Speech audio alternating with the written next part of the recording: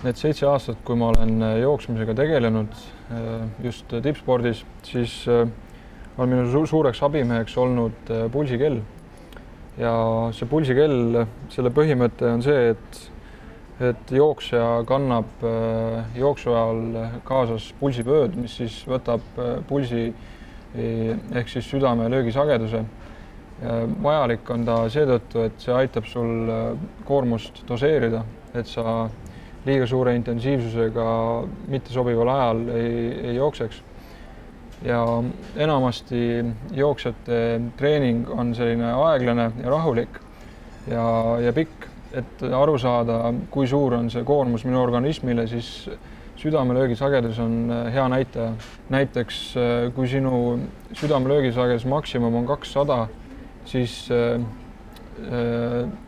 joostes rahulikku jooksu võiks olla 70% sellest 200-st. Aga kui see kipub sul juba kõrgemaks minema, kui 70% seal juba 80-90, siis see näitab, et see koormus on sinu südamele üsna suur.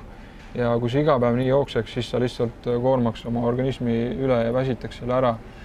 Et pulsikell on see, mis on aidanud mind just koormuse doseerimisel ja eriti just algajana ja eriti just nendele, kes alustavad, sest siis nad ei tunne veel oma organismi nii hästi, et pulsikell on see, mis aitab neid ennast paremini tundma õppida. Viimased 2 aastat ma olen kasutanud koos pulsikellaga, ühes on siin mul üks kell käes, mis on lisaks veel GPS-kell, et tal on otseühendus satelliitidega ja mis mõõdab ära minu hetkekiiruse, mõõdab ära distantsi ja see muudab minu treeningut palju nauditavamaks ja ma ei pea näiteks kiireid lõike staadioni peale jooksma või tempokrossi, vaid ma võin vabalt metsarajal teha tänu sellele pulsi ja GPS-kellale.